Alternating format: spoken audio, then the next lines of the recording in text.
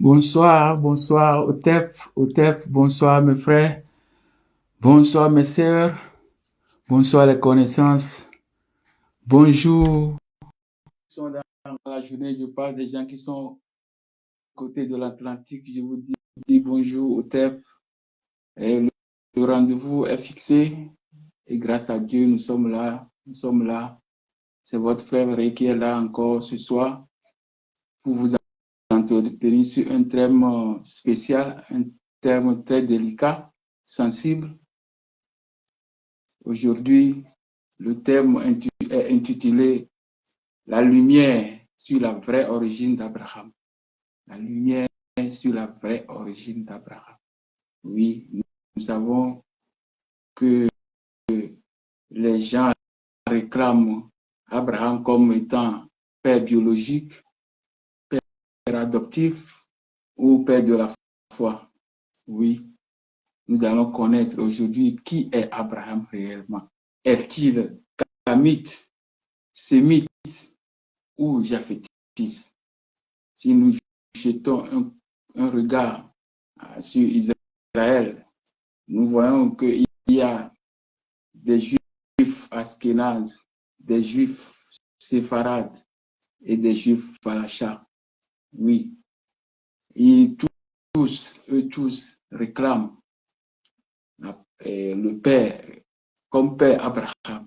Donc aujourd'hui, je vais essayer avec vous ensemble, on va découvrir la personnalité mythique d'Abraham.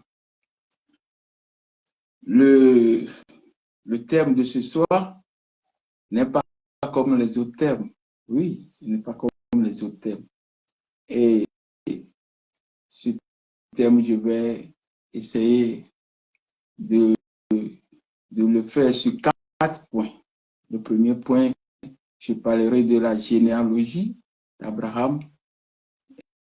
On parlera aussi des descendants de Japheth et de Cham, qui sont ses frères.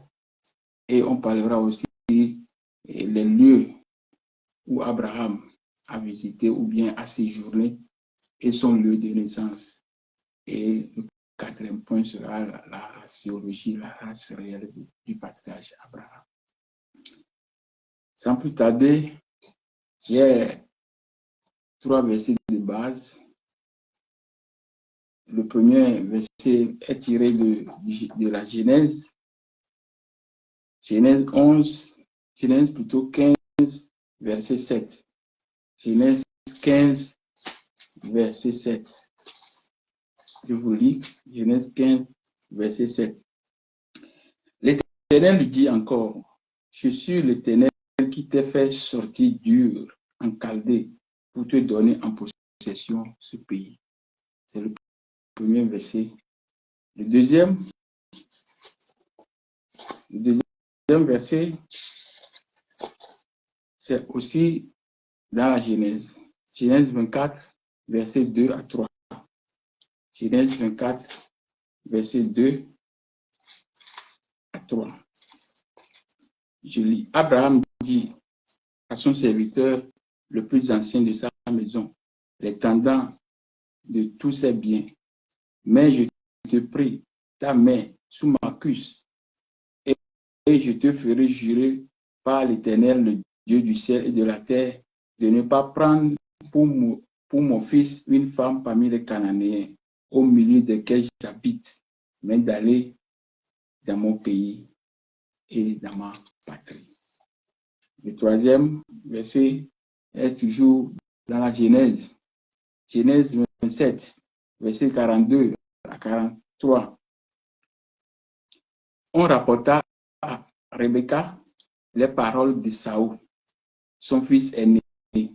Elle fit alors appeler Jacob, son fils cadet, et elle lui dit, voici Ésaü, ton frère, veut tirer vengeance de toi en te tuant. Maintenant, mon fils, écoute ma voix, lève-toi, fuis chez Laban, mon frère Achara. Voilà les 3 versets de base d'aujourd'hui. C'est à propos toujours d'Abraham que nous sommes là réunis. Et le patriarche est le patriarche incomparable. Donc tout le monde cherche à tirer Abraham de son côté. Mais aujourd'hui, je vais vous montrer quelle est l'origine, la lumière sur l'origine, la vraie origine du patriarche Abraham. Donc, dans cette nuit, je vais essayer de poser la question à notre patriarche, parce que c'est lui seul qui peut répondre. La première question sera, qui es-tu, patriarche Abraham? Et Abraham répondit, je suis hébreu, descendant du patriarche Hébert. Qu'est-ce que ça veut dire, descendant du patriarche Hébert? Nous allons partir tout à l'heure dans toujours Genèse 14, verset 13. Un fuyard vint l'annoncer à Abraham l'hébreu. Celui-ci habitait parmi les chaînes de Marée, l'Amoréen, frère Escol et frère d'Amné, qui avaient fait alliance avec Abraham. On dit qu'un fuyard est venu annoncer une nouvelle à Abraham. Quelle est cette nouvelle? C'est qu'il y a une coalition qui sont venus faire déloger ou bien kidnapper Lot et sa famille. Donc, ils ont détruit beaucoup de choses et puis ils ont pris Lot avec eux. Donc, le fuyard est venu dire, il vient dire à un hébreu Abraham. Donc, Abraham nous dit tout à l'heure que il est le descendant du patriarche Hébert. Donc, nous allons chercher qui est Hébert. Pour chercher Hébert, nous allons partir directement dans Genèse toujours pour découvrir qui est Hébert. Pour savoir qui est Hébert, nous irons tout à l'heure dans Genèse 10. Genèse 10. Qui est Hébert? Genèse 10, verset 21. Il naquit des fils à Sem, père de tous les fils d'Héber et père de Japheth, l'aîné. Les fils de Sem furent Élam, Assur, Apachad, Lud, Aram. Il naquit à Apachad, Shéla, et Shéla aussi engendra Héber. Nous voyons tout à l'heure que la lignée de Sem, on vient de trouver Héber. Héber qui est né du patriarche Shéla. Héber qui est né du patriarche Shéla. Donc Héber fait partie directement des descendants de Sem. Héber fait partie des descendants de Sem. Pourquoi? Quelle est la signification d'Héber? Héber qui veut dire encore hébreu. Qui veut dire hébreu, c'est-à-dire le descendant, celui qui sort, qui descend de Héber est appelé hébreu. Donc c'est pourquoi on a dit Abraham est hébreu. Abraham, on est venu avertir qu'il y a un problème. Donc c'est Héber. Abraham, c'est hébreu. Donc, quelle est la signification de hébreu? Hébreu vient de la racine du verbe avar, qui signifie passer. Selon cette étymologie, les Hébreux seraient ceux qui passent, ceux qui errent. Ce sont des errants. Ce sont des gens qui n'ont pas de domicile ou n'ont pas d'endroit fixe. Ce sont des errants. Ce sont des nomades. Hébreu signifie nomade. Donc, ce sont des gens qui quittent d'un endroit à un autre, qui n'ont pas de domicile fixe. Donc, nous nous avons remarqué aussi que dans la Bible, partout où on parle des Hébreux, on parle toujours d'errance. Parce qu'ils sont avec les brebis. Ils quittent d'un endroit à un autre. Ils quittent d'un endroit à un autre. C'est comme ça qu'ils sillonnent les localités. Vous voyez, c'est comme ça qu'ils sillonnent les localités. Donc, Abraham, c'est un Hébreu, c'est un nomade. C'est quelqu'un qui n'a pas de domicile. Donc, il est toujours avec ses moutons, ses brebis. Il est toujours avec sa bergerie. Il se déplace avec sa bergerie. C'est comme ça Abraham fait. Donc, dans cette étude, j'ai déjà dit que nous allons essayer de regarder la descendance, les descendants de Sem. Et je vous rappelle directement que tous les noms que nous allons trouver ici sont des noms de localités. C'est pourquoi j'ai amené ça aujourd'hui, parce que c'est la géographie qui parle. On doit connaître les localités. Donc, chaque nom qu'on prononce dans les versets, nous allons le chercher où ça se trouve réellement. Donc, on va entamer tout à l'heure les descendants de Sem.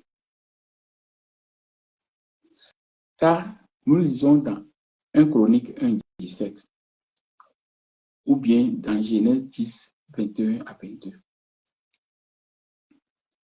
Nous lisons, fils de Sem. Les fils de Sem sont Élam. Élam, dans la Bible, on n'a pas donné le nom de ses enfants.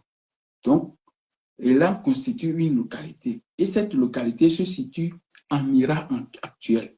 Je suis dans la lignée de Sem. Nous avons vu tout à l'heure que Héber est descendu du Sem. Héber, c'est descendu de Sem. C'est un descendant de Sem.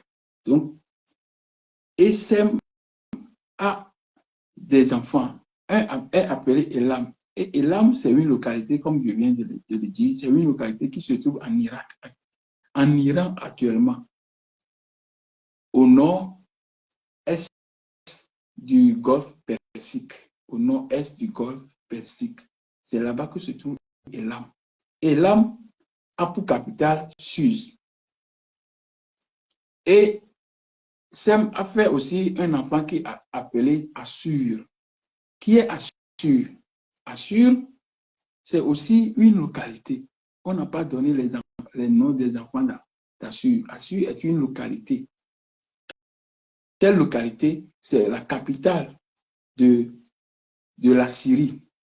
Et j'avais déjà parlé dans d'autres vidéos. La Syrie, c'est la Syrie actuelle, plus un peu en haut de l'Irak. C'est là-bas que se trouve l'Empire, ou bien le royaume d'Assyrie. Donc, Assur est une localité. Donc, cette localité se trouve en Syrie actuellement. Là, en Syrie actuellement, c'est là-bas qu'on trouve Assur. L'enfant de Sem est aussi appelé Apachat. Et l'autre aussi est appelé Lud. Apachat, c'est aussi un patriarche. Et il a fait, son premier fils est appelé Shelah. Et Shelah, maintenant, il a donné enfance à deux. Un est appelé Pélège. Et Pélège, c'est dans Pélège que Héber est sorti. Et Pélège a donné naissance après à Réhou. Réhou a donné naissance à Serou. Et Serou a donné naissance à Nachor. Et Nachor, c'est lui qui a donné naissance à Terach. Terach, c'est le père d'Abraham. Et Terach a donné naissance à Abraham et ses autres frères. Vous voyez? Maintenant, pour Lud, c'est une localité qui se trouve en Turquie, en haut de Turquie. C'est une localité, une petite localité. C'est aussi ça fait partie des enfants de Sem. Donc c'est là-bas que lui, il s'est, bon, c'est aussi, je ne peux pas dire que ça ne désigne pas le nom d'une personne, mais ça désigne le nom d'une localité. C'est une péninsule, hein, de l'Anatolie. Anatolie, quand on dit Anatolie, c'est la Turquie. On parle de la Turquie. Hein, on parle de la Turquie. Donc, les enfants de Sem sont 4. Il y a un qui est Elam, qu'on trouve maintenant en Iran. Le second, c'est Assur, qu'on trouve en Syrie. Le troisième, Apacham. Apacham, lui, c'est pas une localité, c'est plutôt les enfants. Donc, on a eu la lignée directe des enfants jusqu'à Abraham. Et lui aussi est une localité qui se trouve dans la péninsule anatolienne, c'est-à-dire la Turquie, hein, à côté de la Turquie là-bas, au sein de la région de Turquie là-bas. Je continue. J'ai fait la définition quand même de Hébert. Je vous rappelle cette définition que ça signifie errant. Celui qui erre, celui qui n'a pas de place de domicile, qui n'a pas de domicile fixe. Voilà. Maintenant, pourquoi on dit aussi que Abraham est un araméen? Pourquoi on dit Abraham est un araméen? Abraham est un araméen. Mais normalement, nous allons trouver ça dans Genèse 11. On va lire Genèse 11, verset 31. Genèse 11, verset 31. Genèse 11, verset 31. Terach prit Abraham, son fils, et Lot, fils d'Aram, fils de son fils, et Sarah, sa belle-fille, femme d'Abraham, son fils. Ils sortirent ensemble d'Ur en Chaldée pour aller au pays de Canaan. Ils vinrent jusqu'à Charan et ils habitaient à Charan. Charan, c'est aussi une localité, c'est un nom, mais c'est aussi une localité. Et cette localité se trouve en Syrie. Vous voyez. Donc, si nous regardons les enfants de Sem, les enfants de Sem sont Elam, Assur, Apachar, Lud. Voilà les enfants de Sem. Et il y a aussi Aram dedans. Aram aussi fait partie des enfants de Sem. Donc, mais très souvent, on a appelé Abraham, Jacob dans la Bible comme araméen. Pourquoi? Et on demande à Abraham, pourquoi tu dis que tu es araméen? Abraham dit non, je ne suis pas araméen. Aram, c'est le frère de mon arrière-arrière-grand-père. Vous voyez? Donc, cette localité, Aram, se trouve aussi en Syrie, en Irak. Vous voyez? Donc, chaque nom a une signification, c'est un nom d'une localité. Donc, ça se trouve en Iran, et en Irak et en Syrie. C'est là-bas qu'on va trouver Aram. Et Aram, cette localité a beaucoup d'ampleur. Et c'est sa langue qui est la langue araméenne qu'on a tellement parlé. Et Jésus aussi a parlé cette langue. Donc, c'est une localité qui a servi de domicile à Abraham. Et ils sont restés longtemps là-bas, très longtemps là-bas. Aram, c'est le grand-père, arrière-grand-père du frère d'Abraham, du frère du grand-père d'Abraham. Donc, c'est la même lignée. C'est la même lignée. Donc, les enfants de Sem, c'est dans les enfants de Sem que on trouve hébreu. Et maintenant, si Abraham est hébreu, Abraham a donné naissance à des enfants. Et un de ses enfants est appelé Jacob. Et son nom, c'est son nom qui est changé en Israël. Et tous les enfants d'Israël sont appelés Israélites.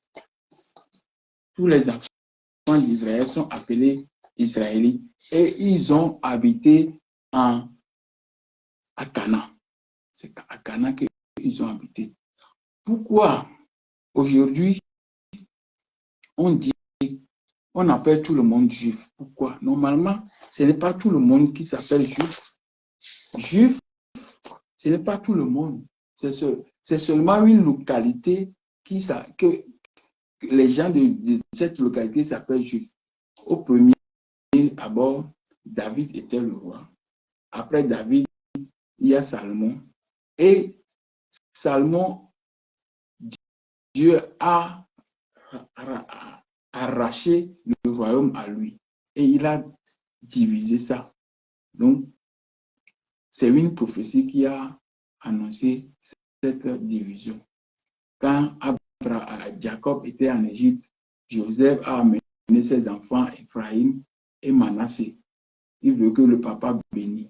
Il a amené les enfants, il les a placés pour que le papa mette la main droite sur le grand qui est Manassé et la main gauche sur le petit frère qui est Ephraïm. Mais le papa a changé. Il a mis plutôt la main droite sur le frère Ephraïm, le petit frère Ephraïm et la main gauche sur Manassé. Et son enfant, je lui ai dit, papa, non, c'est le grand Dieu. Non, non, je veux comme ça parce que lui sera grand.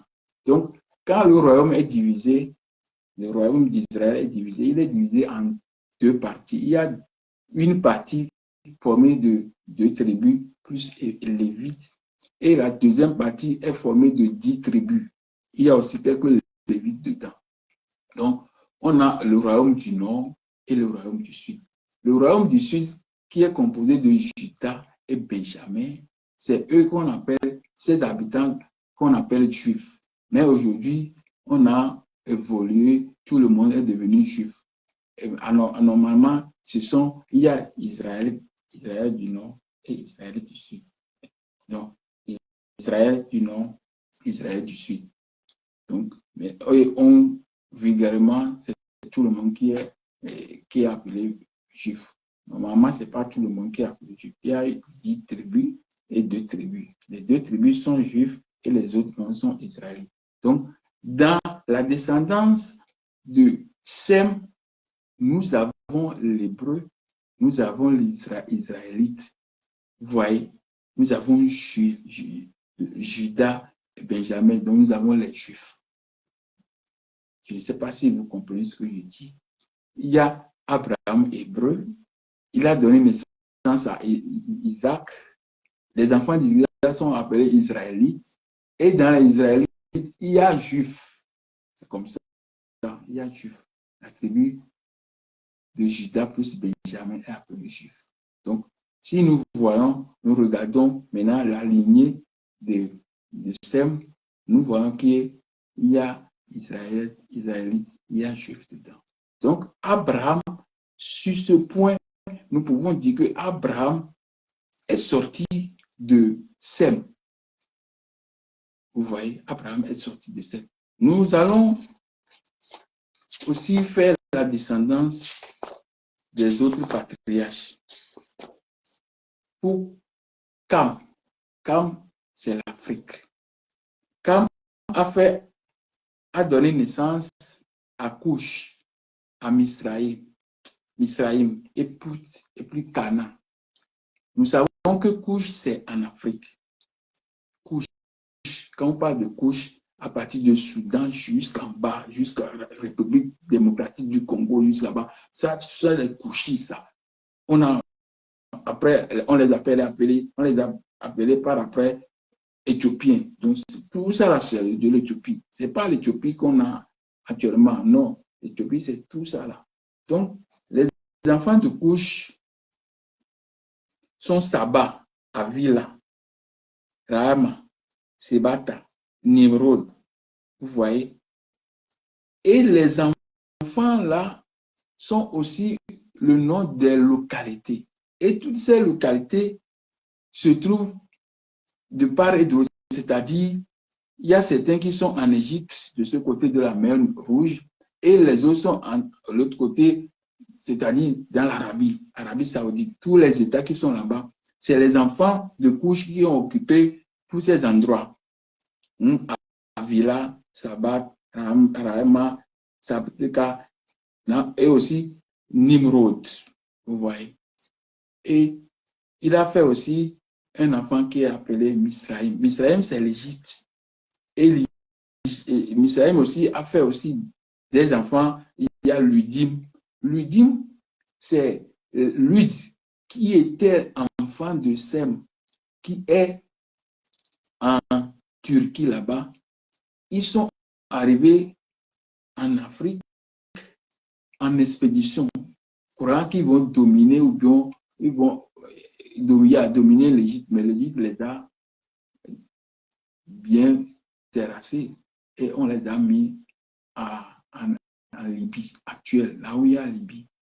Mais il y avait d'abord des Libyens noirs là-bas, d'abord, avant que les autres là sont arrivés. Et ils sont restés là-bas. C'est eux qu'on appelle le Dim. Il y a aussi Anamim, il y a aussi Habim, Nafuturim, Patrusim et aussi Kalouhim. C'est dans Kalouhim que Philistin est sorti, Captorium est sorti. Les Philistins, ce sont les habitants de Crète. Je vous ai dit ça avant, ce sont des leucodermes, les blancs qui habitaient là-bas. Donc, c'est eux qui sont arrivés aussi en expédition. Ils veulent s'accaparer de l'Égypte. L'Égypte les a détruits et puis les a mis en Philistie, sur le littoral là-bas, qui est à côté, sur le littoral de Cana. C'est là-bas, ils sont restés. Il y a aussi Pout et aussi il y a Cana. Cana aussi a des enfants. Les enfants de Cana sont Sidon, Heth, Ubicien, Amoréen, Gigazien, Hévien, Arkien, Sinien, Avardien, Chémanien et Hamassien. Donc, ce sont les enfants de Cam. Je vous rappelle toujours que Sem, c'est dans cette descendance que nous avons trouvé Hébreu. Vous voyez? Et Abraham est dans la lignée de Sem. Maintenant, quand nous regardons la lignée de Cham, on ne voit pas Héber. Parce que c'est Héber qui est le point central, le point qui fait balancer les choses. Donc, dans la lignée de descendance dans la lignée de Cham, on n'a pas Héber. Vous voyez? Mais il y a la surprise toujours. La surprise sera là parce que le terme d'aujourd'hui, c'est pour découvrir, pour faire la lumière sur l'origine. Quand nous regardons Sem, nous voyons que Abraham est là-bas. Mais nous verrons par après ce que l'étude, la causerie va nous donner. Je vais vous dire aussi à propos de Cana que Cana se dispersait. La limite de Cana allait depuis Sidon. Sidon, c'est au niveau de Liban, le littoral Jordanie, tout ça là, jusqu'à la limite de Syrie. Sidon. On parle de Tyr aussi, dans la Bible, Tyr, Sidon. Donc, Sidon, c'est l'enfant de Cam. Donc, l'enfant de Cana plutôt. Nous savons que Cham est africain. C'est de l'Afrique, c'est la terre noire. Kemet, c'est la terre noire, l'homme noir. Donc, si l'homme noir a fait enfant Couche, a fait enfant Misraïm, a fait enfant Pout, et enfant Cana, automatiquement, tous ces gens-là seront comment? Seront noirs. Parce que le papa est noir, Cam est noir. Donc nous regardons maintenant dans cette descendance, quand nous faisons, on regarde, on analyse cette descendance, on voit qu'il n'y a pas Héber dedans. Donc Abraham est toujours au niveau de Sem. Nous ferons aussi les descendants de Japhet. Tous ces noms que je suis en train de dire, ce sont les enfants de Noé. C'est les enfants de Noé. Donc, les fils de Japhet, on peut lire ce passage dans Genèse 10, verset 2. Genèse 10, verset 2. Et 1 Chronique 1, verset 5. Je vais aussi identifier ou localiser les enfants de Japheth. On a localisé les enfants de Sem, on a localisé les enfants de Cham, et on va localiser maintenant les enfants de Japheth. Les enfants de Japheth sont Gomer, Magog, Madai, Javan, Tubal, Mesek et Tiras. Tous ces noms que je viens de citer, ce sont des noms des localités. Ce ne sont pas, ce sont chacun des noms des descendants des enfants de Noé sont représentés par une nation. C'est une nation, c'est le nom d'une nation. Et quelquefois aussi, c'est le nom des gens, des populations. Donc, mais nous savons que quand on connaît la population, directement, on connaît la localité. Vous voyez. Donc, la localité que nous avons ici, c'est Gomer, c'est Magog, Madai, Javan, Tubal, Mesek. Maintenant, nous allons définir les endroits où ces gens se trouvent. Quand on parle de Gomer, c'est dans Gomer que nous avons Askenaz. Parce que s'il y avait déjà parlé de Askenaz en Israël et qui se réclame juif. Maintenant, dans Japheth, on a Askenaz. Alors que pour être hébreu, pour être juif, il faut être israélite, il faut être hébreu. Dans cette lignée, tout à l'heure, de cette lignée de Japheth, nous regardons qu'il y a Gomer. Et les enfants de Gomer sont Ashkenaz, Rifat ou Difat et Togarma. Où on peut localiser ces gens-là. Tous ces gens-là se localisent au pourtour de la mer Noire. Là où on fait la guerre en Ukraine aujourd'hui, c'est là-bas que les gens sont. Ils ont quitté là-bas. Ashkenaz, Rifat, Togarma. Togarma, c'est en Russie. Tous ces noms, Togarma, c'est en Russie. Et c'est plutôt en Turquie. Ashkenaz, c'est en haut de Turquie, à partir de la mer Noire. Et Rifat aussi, en haut. C'est là-bas. Donc, tous ces gens sont localisés à quelque part. Et nous les voyons.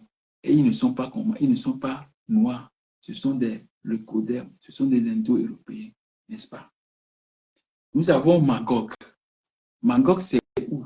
Magog, c'est en Russie. On les appelle schiistes. C'est la zone de Russie. C'est là-bas le Magog. Magog, c'est là-bas. Madai, c'est les pays qui se terminent par stan. Ça veut dire Tadjikistan, Ouzbékistan, Kyrgyzstan, Kazakhstan, Afghanistan, et Mongolie et la Chine, c'est Mandai. Donc, quand nous regardons ces gens, ils sont de quelle couleur? Ils sont des Indo-Européens. Ce sont des leucodermes. Et les enfants de Cham sont appelés les mélanodermes. Vous voyez? Donc, maintenant, il reste le sémite. Je vais vous rappeler que le mot sémite, ça veut dire que à moitié, mi-chemin, mi-chemin. Donc, ça veut dire qu'il y a ce nom sémitique veut dire quelque chose à moitié. Vous voyez? À moitié. Donc, ça veut dire, ça cloche, ça crée quelque chose. À moitié veut dire que ce n'est pas encore fini. Qu'est-ce qui n'est pas fini? On va trouver ça maintenant. Javan, les enfants de Javan sont Elisha, Tashi, Tassia, Kittim, Dodanim.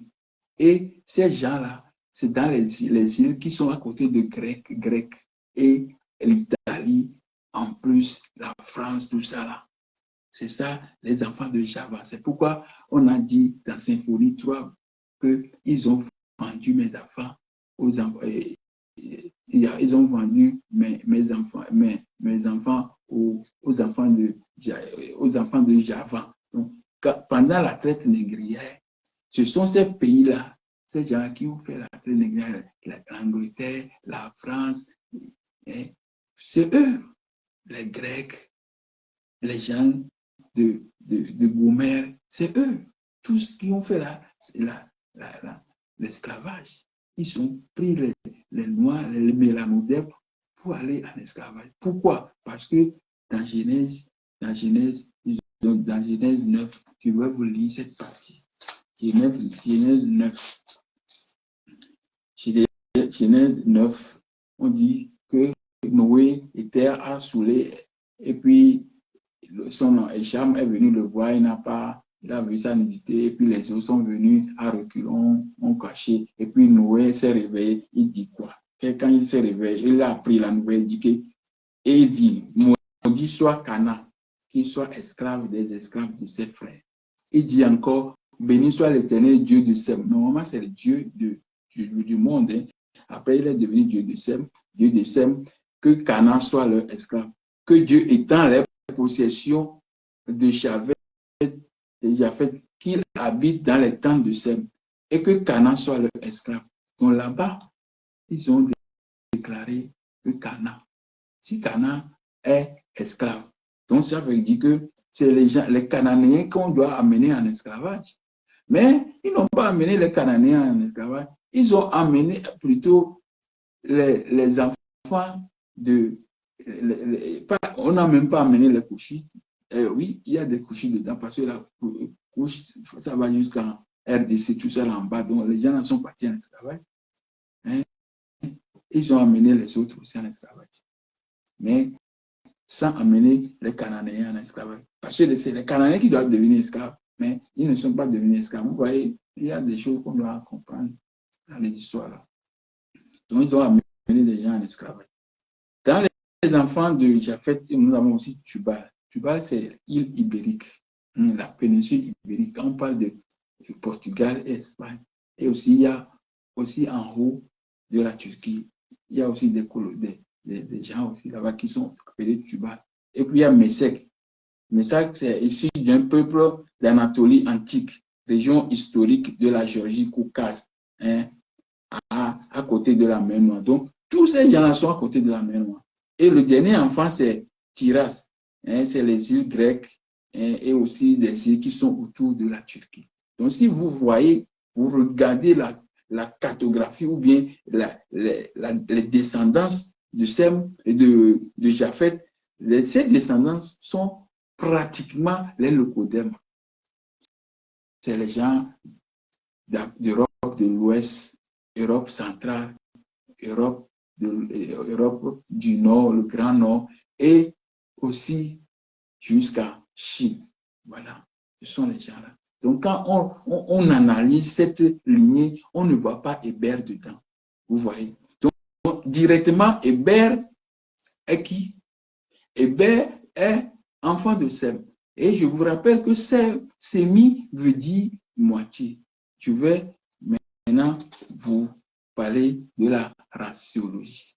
Namon, il y a un point que j'ai omis ici, le point où on doit savoir les localités visitées par Abraham. Quelles sont ces localités? Parce que Abraham a visité des localités, on doit connaître ces localités. Vous voyez? Donc, en grosso modo, j'ai voulu continuer, mais je vois que le temps est déjà parti.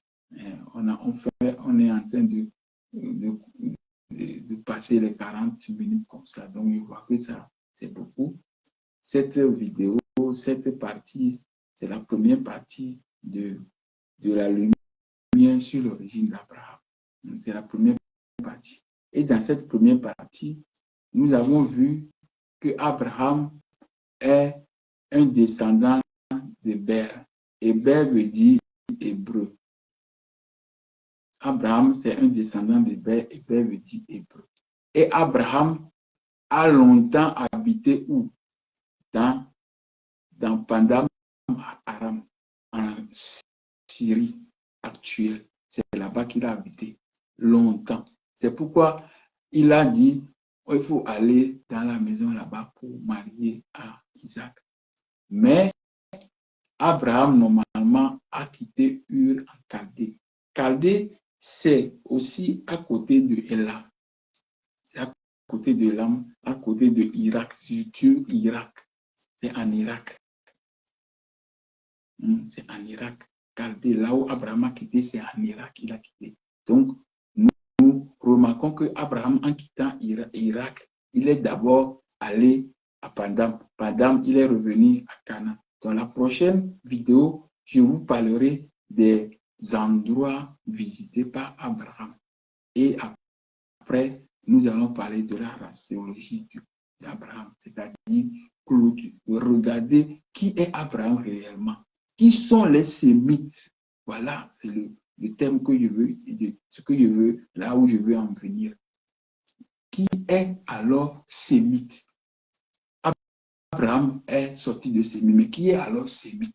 Parce que la plupart des Sémites étaient en Irak, tout ça là. Donc la prochaine partie, la deuxième partie qui est la dernière et la fin, je vais vous montrer réellement qui sont les Sémites. Parce que c'est Abraham qui est le point. Qui est Abraham? Qui sont les Sémites? Et la raciologie, la race réelle d'Abraham. Si notre patriarche a existé, parce que je vous ai déjà dit dans le début que je parle d'Abraham biblique, mais je ne parle pas d'Abraham historique, parce qu'il y a une différence entre Abraham biblique et Abraham historique. Vous voyez, l'histoire et la théologie ne marchent pas ensemble. Vous voyez. Donc, je viens d'arriver au terme de cette première partie de notre étude, notre causerie concernant lumière sur Abraham, sur l'origine réelle, la vraie origine d'Abraham. Voilà, je suis arrivé à la fin. Je voudrais dire merci à tout un chacun.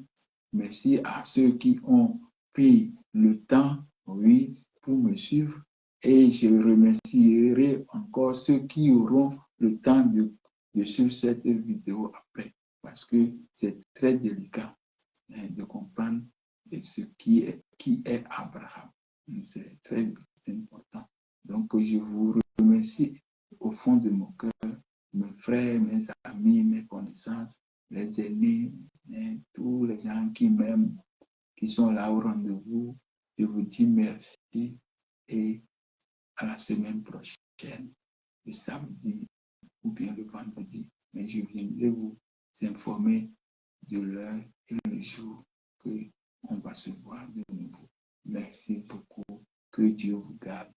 Mes sœurs, je dis merci à ma sœur Olivia William qui dit yes.